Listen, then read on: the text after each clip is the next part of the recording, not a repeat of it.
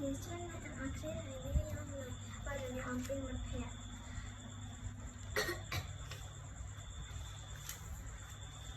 មិត្តភក្តិរបស់ខ្ញុំមានទីកើតជាឡងមិត្តភក្តិរបស់ខ្ញុំនេះតាបាក់មួយពីរជាសងអរខ្ញុំថានេះខ្ញុំមកប៉ុណ្ណឹងពីមិត្តភក្តិរបស់ខ្ញុំមានមិត្តភក្តិស្នាមមួយមានឈ្មោះថារំម៉ាន់លេចនាងមានអាយុ8ឆ្នាំថ្នាក់រៀនថ្នាក់ទី4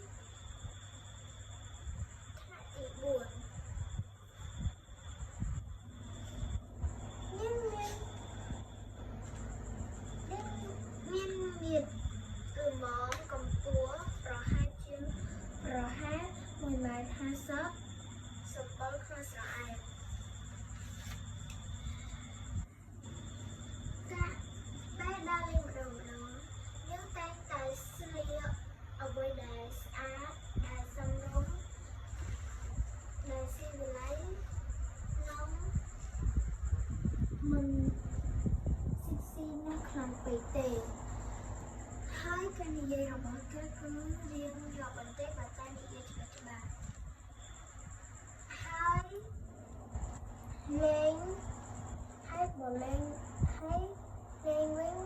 សំរុំមិនរញ៉េរញ៉ៃហើយនោះមិនឆ្លុះគ្នាទេតែមានកម្មវិធីណាម្ដងមិនតែងតែពាក់សម្លៀកបំពាក់ដែល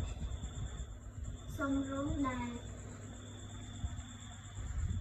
សំនឹងវិធីឬមង្គលការ là sập hơi cha thế khi mình mong mong cô ta làm tép lại con sụp bao rồi mà nít úp xa hay nó đi liệp sông này hai còn được bạn đây rồi bao giờ hay nó tất thôi đấy nè được tẩy